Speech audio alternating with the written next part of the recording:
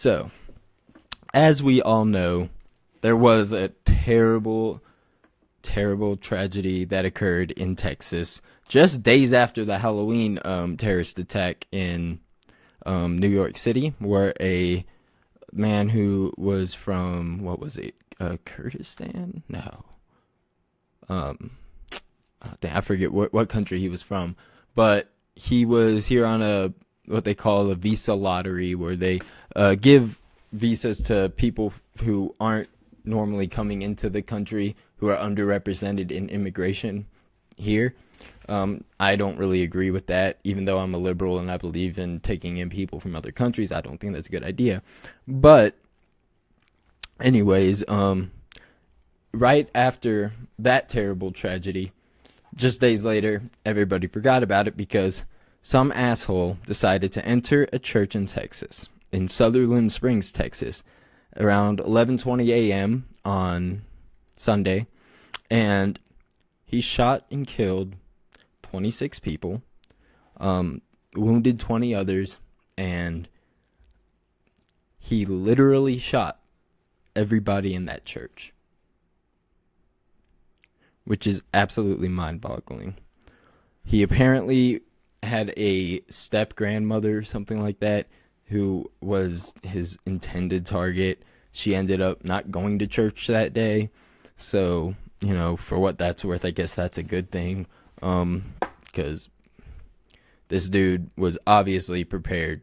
He came in with body armor on. Apparently had a AR-15 assault rifle.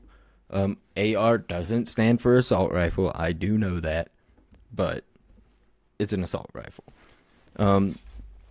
And he just began spraying into this church. And apparently, a guy heard about it somehow or another, and he drove to the church and engaged the suspect with his own AR, which caused the suspect to flee. And this guy's an absolute hero. I know a lot of people on the left don't like the argument a good guy with a gun can stop a bad guy with a gun, but that would just be intellectually dishonest if you say that, because it can happen. And I'm not gonna do anything but call this guy a hero, and the guy who was who drove him there, because what happened was he was engaging the suspect. Suspect fled off in his car, which was already running, and they chased him down the road because this guy walked up to this other man. I should give their names out because these guys were such badasses. If I can find it anywhere. How did I really not write these down? I know I did somewhere. Oh well. Forgive me for forgetting their names, but yeah, like I said, they're absolute heroes, and I mean, there's really not much else to say. If it wasn't for them, there's a very good chance this guy would have killed more people. He had more guns and ammo in the car. And in my opinion, it was his idea to go in that church, shoot everybody there, leave the car running, go out, hit another target. That's what I think he wanted to do. And, you know, they chased him down. Apparently, the guy got a shot into him. And then the suspect, who I will name because I think his name is important, and I do have those names. I see them now. So the suspect's name was Devin Patrick Kelly. He's a 26-year-old. He's a former U.S. Air Force member who was dishonorably discharged. You want to know why he was dishonorably discharged? He beat his wife and broke his baby's skull. He was a domestic abuser and a piece of shit. And I'm sorry, he was not dishonorably discharged. That's wrong. He was actually given a bad conduct discharge, which is not the same as a dishonorable discharge, meaning that he could still buy guns, technically. But after spending a year in jail on base for doing what he did to his wife and child, after any assault, any domestic abuse, even if it's a misdemeanor, you're not allowed to buy guns. So he went to Texas, I believe, and somehow filled out a form and the U.S. Air Force didn't enter his information into the database, so he got away with getting this gun and was able to buy 3 more in the following weeks or following years, and obviously had planned this out pretty well. So the guys who took this asshole out, Stephen Willefort and Johnny Langendorf, are absolute heroes. Like I said, everybody, like I said, no matter what side of politics or this issue you fall on, you should be thankful for what these gentlemen did. And this happened about 30 miles east of San Antonio. And now, another thing I want to talk about, which is related to this, is a little something called pseudo-commandos. And a pseudo-commando is a type of mass murderer who kills in public, usually during the daytime, and usually as an act of acting out a revenge fantasy. So a lot of people like to go to these cases and automatically point to mental health. Donald Trump did it. It's not only a talking point on the right, but also on the left. I think there should be mental health, checks in place to make sure if people aren't mentally sound, they shouldn't own and operate a firearm. I think that's a reasonable thing. So a pseudo-commando, they usually have a lot of things in common with each other. So think about shooters like the Virginia Tech, Sandy Hook, Vegas, Aurora, Colorado, the UT Austin, so the clock tower shooter. All of these people have a few things in common. I mean, even Columbine, they are the type of people who have these antisocial personalities. Some of them may have a mental illness. However, I don't believe that is always the problem. It might be a contributing factor, but it's definitely not the whole story. So they're going to have sometimes medication. I believe a large number of mass shooters are on some kind of antidepressant or antipsychotic. But when you look at it from a broader view, like 1/3 of all Americans are on an antipsychotic or antidepressant because they're way overprescribed. They'll also have, like I said, antisocial tendencies. Some of them won't be as obvious. Like, remember the Vegas shooter? Everybody's like, he's a normal guy. Like, you would have never known. Well, you also hear that a lot about serial killers. The people who live next door, like, I never knew he was such a nice guy. Well, because they can put on a front. Or maybe they are nice guys and just have that little bit of fucking crazy in them. Who knows? But I mean, look at these numbers of the deaths that occurred from these mass shootings. So in Virginia Tech, 32 people died. Sandy Hook, 26 people died. Vegas, 58 people died. I don't have the number for Aurora, forgive me. And did I have it written down somewhere else? I thought I did. I don't know. But and then the Pulse nightclub shooting, 49 deaths by Omar Mateen. Now, Omar Mateen is a little bit of an outlier on this because pseudo-commandos are not normally going to be religiously or politically motivated, which would qualify that act as an act of terrorism and a mass shooting. So you could say that the Pulse nightclub was. However, I believe it kind of muddied a little bit because he had personal issues. He was hiding the fact that he was gay. His dad was I believe a Saudi, he's from the Middle East, and he was very hardline religious and would not have accepted his son if he was gay. So out of maybe hatred for himself, did it, who knows. And a disturbing commonality between all these is that it's kind of like a contest between these assholes. They want to see who can inflict the most damage. They over-prepare all the time. They usually have fascinations with other mass killers. Like, a lot of them will, especially are into the Columbine killers. And the reason that is because they left such an extensive trail of video evidence. You can actually, like, watch that and, get kind of, like, fucked up in the head from it because you realize, like, wow, these guys really are, like, thinking in a different... They have a whole different thought pattern. And they view humanity and society as an evil thing or yeah, that's another thing. They almost always just hate people. I mean, I know that sounds a little easy to put it and not too in depth or descriptive, but a lot of them have grudges. Maybe it's against one person. We know that the guy who shot up this church, he had domestic problems, and that's where another, probably the most common thread that ties all these together would be domestic abuse at home. Because if you're willing to hurt the ones you love, then obviously you are willing to hurt people you don't. I mean, that's not much of a leap of logic. So, what can we do about this kind of shit? Because obviously, you know, we can't catch all the warning signs. We can't. Some people like the Vegas shooter. He didn't show warning signs. Nobody thought that this guy was capable of what he was doing. His own family was shocked. And like I said, it just depends on the person, the people. Like Eric Harris and Dylan Klebold, they were withdrawn from society. You know, they just hated people. Like, they thought they were all like phonies or whatever. And this is just a disturbing pattern because it doesn't make sense to us because we don't think like them. You know what I'm saying?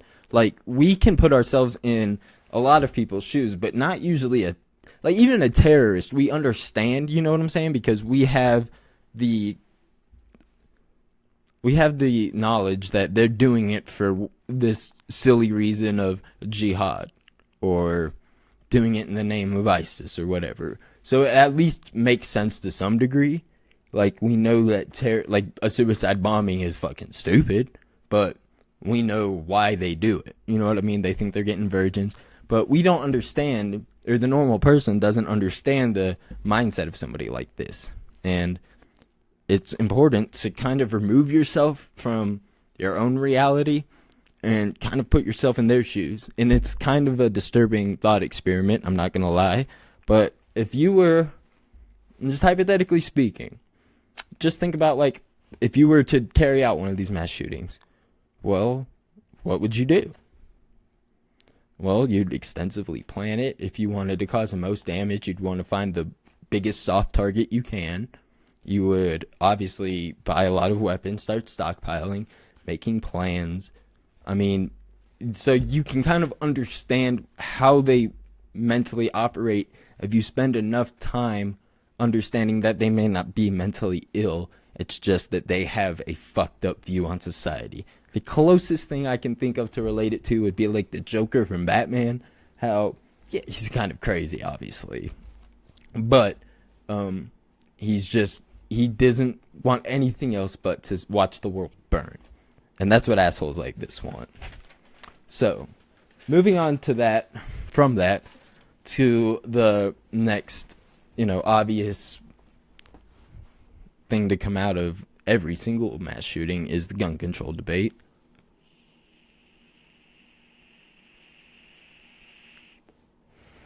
Forgive me. All right.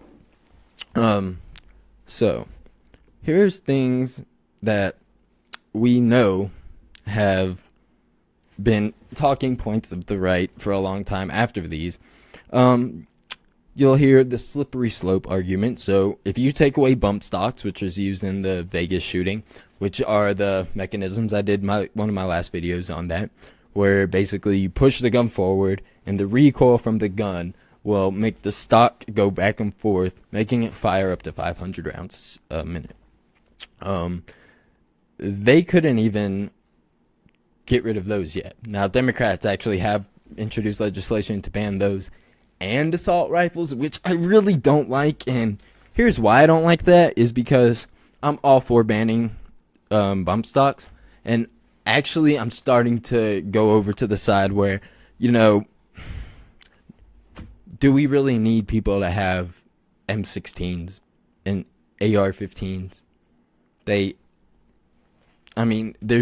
a few arguments that are made for them. One is, fuck off. Second Amendment, bitch.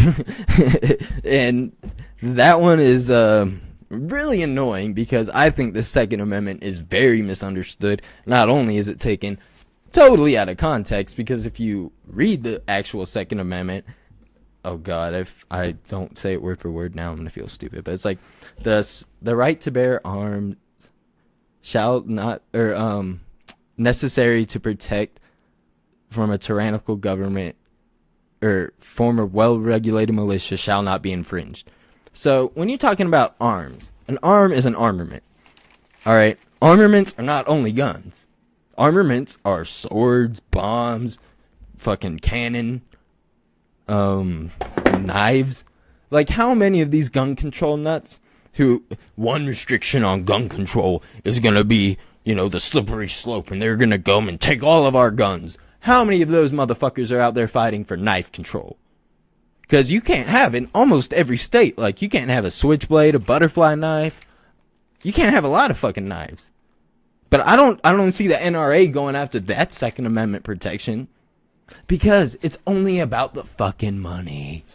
Like, is it really that hard to understand? Like, obviously, whenever there's a mass shooting, gun sales go way up because people are afraid that the big old bad government's gonna take my guns. But here's another thing. Very rarely, when gun control legislation is proposed, do they actually want to take away or make illegal having something that you purchased legally. So, in my opinion, bump stocks serve no real purpose other than a range toy and massacring, 50 people, 58 people. That's about all they're good for. And, why would you need that? You don't. But assault rifle, like, why would you throw that in the same bill? Because that's going to be so much harder to pass both of those. You know what I mean? I don't think people need assault rifles. I don't. But it's not a smart way to pass this legislation. And like I said, retroactive bans. We don't want to come and take your guns. If you bought it legally, you should be able to keep it. You know what I mean? They just shouldn't be available for commercial sale anymore. That's all I'm asking for. And ban private gun sales too with those guns, because that's obviously another issue that when it comes to people who obtain their guns either legally or illegally. Because let me read you some shooting statistics, mass shooting statistics. Less than 1% of gun deaths are from mass shootings. So that's really kind of surprising. However, mass shootings are defined many different ways by different things. So this is from the Washington Post. They said they defined mass shootings as 4 or more people killed. And this started, the first mass shooting in modern history was in 1966 when Charles Whitman, the UT Austin clock tower gunman, killed 14 people. And since then, there have been 132 mass shootings with 4+ people killed. Average deaths per event were 8.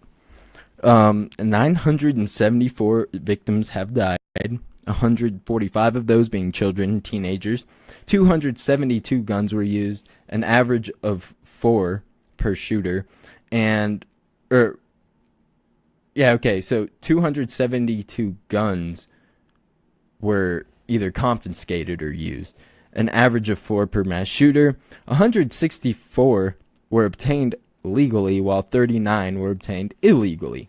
So what does that show you right there? There's obviously something we can do to lower the number of guns obtained legally, because Dylan Roof shouldn't have been able to get a gun because the background check took too long. They just gave it to him. This guy, even the Air Force didn't enter him into the database. He was able to get a gun. He wasn't able to get a concealed carry permit because that's a little bit more of a detailed background check. But